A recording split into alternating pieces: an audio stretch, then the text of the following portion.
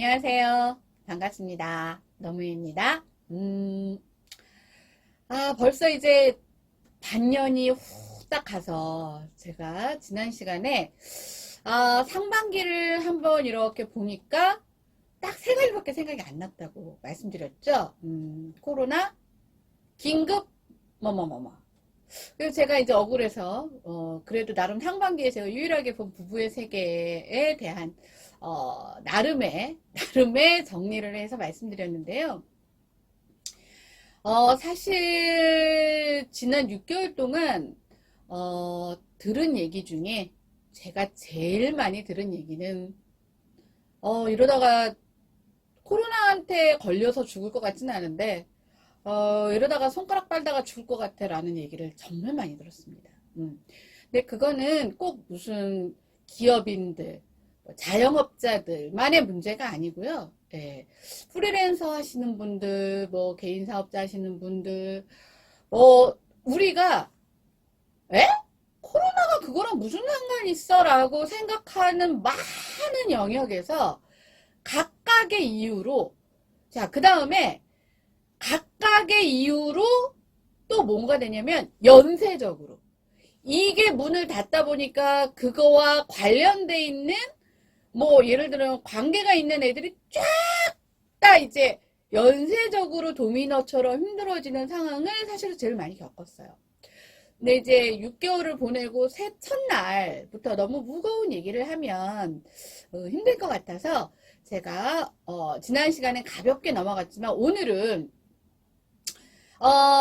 어떻게 들으면 굉장히 불편하게 들으실 수도 있는데 제가 드는 생각이 뭐였냐면 저는 한 20년 결혼하고 나서부터 지금껏 20여 년 동안 사실 이렇게 우리가 흔히 말하는 동네 주민들이 있잖아요. 아파트 주민들. 전 쭉 아파트에서만 살았으니까. 근데 별로 이렇게 친분이 깊은 분이 없어요. 제가 별로 안 좋아해요. 예. 근데 저도 이제 한 지역에서 계속 이제 오래 살다 보니까 주로 이제 자영업자 사장님들 이랑 좀 많이 친했어요, 제가.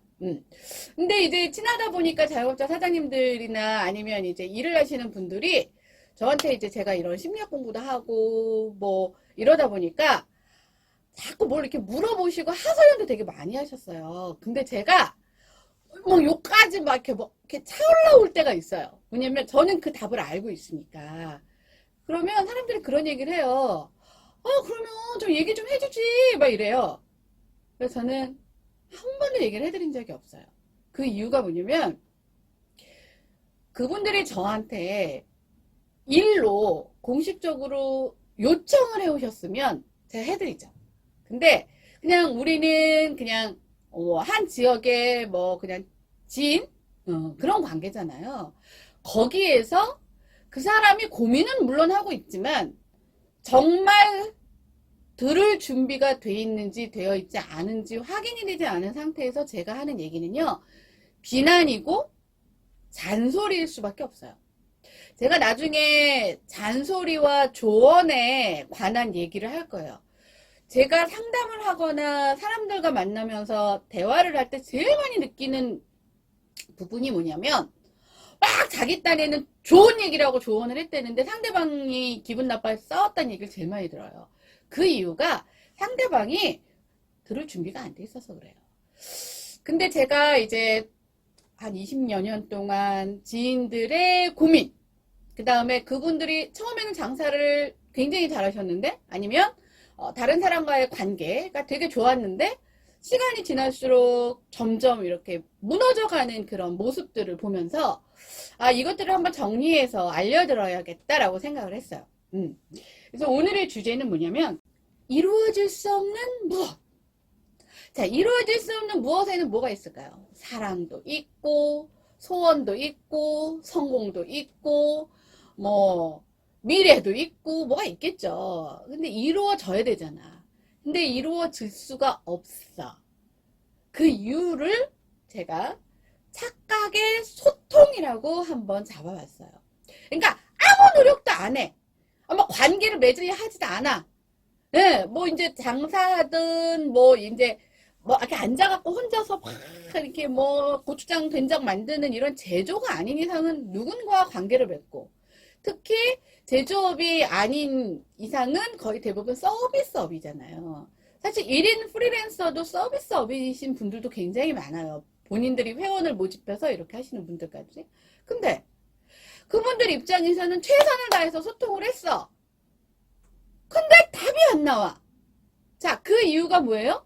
착하게 소통을 하기 때문이에요. 그래서 이분들이 폭망하지 않고, 자, 제가 한 초반에도 말씀을 드렸을 거예요. 행복은 방사형이다. 그래서 어떻게 해야 행복하는지는 너무나 방대해. 하지만 이렇게 되면 불행해. 그거는 굉장히 딱 함축돼 있어요. 거의 대부분 그 안에서 불행이 생겨요. 그것처럼 이렇게 해야 성공해. 는 변수가 너무 많아. 잘 나가다가 뭐 운도 있고 뭐도 있고 뭐 갑자기 코로나도 있고 지진도 있고 뭐 이래서 어쨌는지 모르겠지만 성공은 그래서 딱 요인을 잡기가 어려운데, 이 폭망은 어느 정도 한계가 돼 있어요. 그래서 이렇게 지켜보면 제가 이제 가끔 그런 얘기를 해요. 에휴, 저 집 1년 가면 오래 간다. 네. 저 집 1년 가면 오래 간다 하면은 자주 바뀌더라고요. 그 제가 신기가 있어서가 아니라 그 행태를 보면 그것들이 예측이 되기 때문이에요. 그래서 오늘은 심리편이라고 했어요. 왜냐면 기본적으로 알아야 되는 실무편도 있기는 있어요. 근데 그거는 다음 시간에 또 주제를 잡아서 할 거고요. 오늘은 심리적인 관점에서의 부분들을 주로 포인트를 잡겠습니다. 여기 이제 자영업 사장님들 이렇게 제가 써놓긴 했는데, 이거는 이제 설명이 자영업자 하시는 분들을 예로 들어서 설명하기가 가장 좋은 거라서 이렇게 했고요. 기본적으로 사람을 대하는 태도, 그 다음에 이게 뭐 친구일 수도 있고 옆집 지인일 수도 있고 동료일 수도 있고 뭐 서비스직, 뭐 개별 방문 뭐 이런 것까지 다 포함됐을 때의 관계 안에서, 예, 이런 생각, 이런 마음을 운영하는 방법을 잘못 쓰시면 남는 건 빚이고 맞는 건 욕이고, 네, 남는 건 외로움이다 라는 것을 가지고 오늘 본격적으로 얘기를 해보려고 합니다. 자, 우리가 실제로 굉장히 고민하고 있는, 착각하고 있는 소통의 6가지를 일단 한번 짚어보겠습니다. 첫 번째가 뭐냐면, 우리는 절친, 이렇게 생각하는 거예요. 둘 중에 하나지만, 예를 들면 서비스를 제공하는 자와 제공받는 자로 봤을 땐 제공하는 자가 이런 생각을 하면 위험하다는 거예요. 제공받는 자야 이런 생각을 해도 별 무리가 없죠. 근데 제공하는 자가 이런 생각을 할 때가 위험한 거예요. 아니면 그냥 뭐 이웃집 두 주민 중에 한 사람이라도 둘 중에 하나만 이러면 이런 불행한 사태가 온다는 거예요. 둘 다 이러면 상관은 없겠지만 그러기는 생각보다 쉽지 않습니다. 첫 번째가 뭐냐면, 우리는 절친, 그건 네 생각이고. 자, 요런 관점이에요. 요게 어떤 것을 의미하는 건지, 자, 제가 조금 이따가 한꺼번에 말씀드리겠습니다. 두 번째는 뭐냐면, 이곳은 내 거야. 이 공간은 내 공간. 내 맘대로 해도 돼. 뭐 이런 이제 사장님들의 마음들이 있어요. 제가 이것 때문에 끊은 집이 몇 집이 있습니다. 요거는 또 어떤 사연에 의해서 아깝지만 제가 끊었던. 자, 세 번째는 이건 이제 직원과의 관계예요. 직원과의 관계인데 이신점심. 세상에 부부도 안 되는 이신점심을 이제 직원한테 요구하는 거예요. 그래서 우리는 가족이잖아. 이렇게 마음을 가져요. 어머, 가족 같은 마음으로 직원을 대하는 거 좋은 거 아니에요? 좋죠. 근데 제가 여기다가 이걸 왜 써놨겠어요?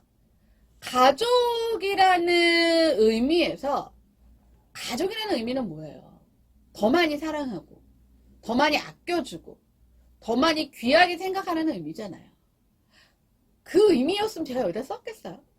자, 그거를 싹 뺀 나머지 가족을 대하는 태도를 직원한테 요구하기 때문에 문제가 생기는 거예요. 아니야. 또 의도는 실제로 정말 위하는 마음, 귀한 마음으로 시작했을 수도 있어요. 근데 그 사람들은 직원이지 가족이 아니잖아요. 직원과 가족의 차이는 뭐예요? 가족은 보상으로 움직여지는 집단이 아니에요. 직원은 보상으로 움직여지는 집단이에요. 근데 마음을 같이 쓰라는 거지, 가족 대하듯이 하면 반드시 탈이 나는 그 이유를 조금 이따 설명드리겠습니다. 네 번째는 이거 며칠 전에도 저도 겪었던 건데, 이 부분을 자꾸 놓치시는 것 같아요. 손님들은요, 아니면 사람들은요, 대놓고 말하지 않아요. 어디서 얘기를 해요? 나와서. 그 사람이 듣지 못하는 곳에서. 그게 뭐예요? 주로 뒷담화. 우리는 이렇게 많이 표현을 하고요. 그 다음에 서비스를 제공받는 장소에 가서는 그냥 안 가요. 그리고 열받아 해요. 아이씨, 저기 때 다시 나간다. 앞에선 절대로 얘기하지 않는다라는 사실을 대표들이 몰라요. 사장님들이 몰라요. 제가 너무 답답해요. 그래서 좀 이따 알려드릴 거예요. 다섯 번째는, 이게 이제 뭐 서비스의 기술, 소통의 기술, 뭐 이런 뭐 교육도 많이 받고 뭐 이렇게 하시는데, 이게 진정한 의미의 그 본질을 딱 짚지를 못해서 이런 일들이 생기는 것 같아요. 그러니까 뭐냐면, 손님 하나하나의 마음을 다 이렇게 반영을 해서 최고의 서비스를 놓치지 않고 제공하라는 서비스 마인드 교육이 있어요. 네, 실제로 그런 교육들을 많이 해요. 근데 이것들이 잘못 착각의 소통으로 이루어지다 보니까 누군가가 무슨 얘기를 하잖아요? 그럼 그거 하나하나를 다 접수를 하시는 거예요. 근데 손님이 한 7명밖에 안 오면 그나마 괜찮아. 아니, 우리 가게 들어오고 나가는 사람의 손님의 뭐 수가 뭐 100명, 뭐 200명, 300명인데 그 중에 모든 사람들의 요구와 니즈를 어떻게 맞춥니까? 근데 서비스 교육을 받을 땐 그렇게 받아요. 한 사람의 손님도 귀를 기울여라, 막 이런 거죠. 그러다 보니까 뭐가 돼요? 이것도 저것도 아니어서 다 놓쳐버리는, 정말 내가 생각하지도 못했던 상황들이 발생이 됩니다. 자, 마지막은 뭐냐면요. 이게 이제 자영업자 특히 이제 퇴직하시고, 특히나 퇴직하시고, 이제 특히 퇴직도 왜 어느 정도 이제 부장급 이상이나 흔한 말로 이렇게 좀 연식이나 노하우가 좀 어느 정도 몸에 배고, 밑에 이제 부하 직원들이 조금 있었던 분들이 이제 많이 생각하시는 건데, 사장님은 주인이고, 직원은, 일은 직원들이 하는 거 아니야? 왜? 자기가 속했던 조직에서는 어느 정도 이상 올라가면 그 사람들은 관리자예요. 실제 일을 하진 않아요. 관리, 체크하고 이런 거를 많이 하다 보니까, 여긴 자영업이잖아요. 작은 소상공인이잖아요. 근데 여기서도 그 물이 안 빠졌어. 그래서 여기서도 그 행동을 하고 있는 거예요. 사장님은 주인 행사만 하고 앉았고, 옛날 같았으면 뭐 이렇게 카운터에서 돈 받는 거, 돈 세고 앉는 거, 그거 하고 있고, 실제 직원은 일을 하는 것이 당연한 거 아니야? 이렇게 생각하시는 분들이 계신 것 같아서, 제가 이런 것들 때문에 당신은 폭망하고 빚더미나 뭐 아니면 욕을 드실 수밖에 없다라는 요 안타까운 마음을 담아서, 그러면 이것들을 어떻게 착각이 아닌 실질적인 소통으로 이어나갈 수 있는지를 잠시 후에 말씀드리겠습니다.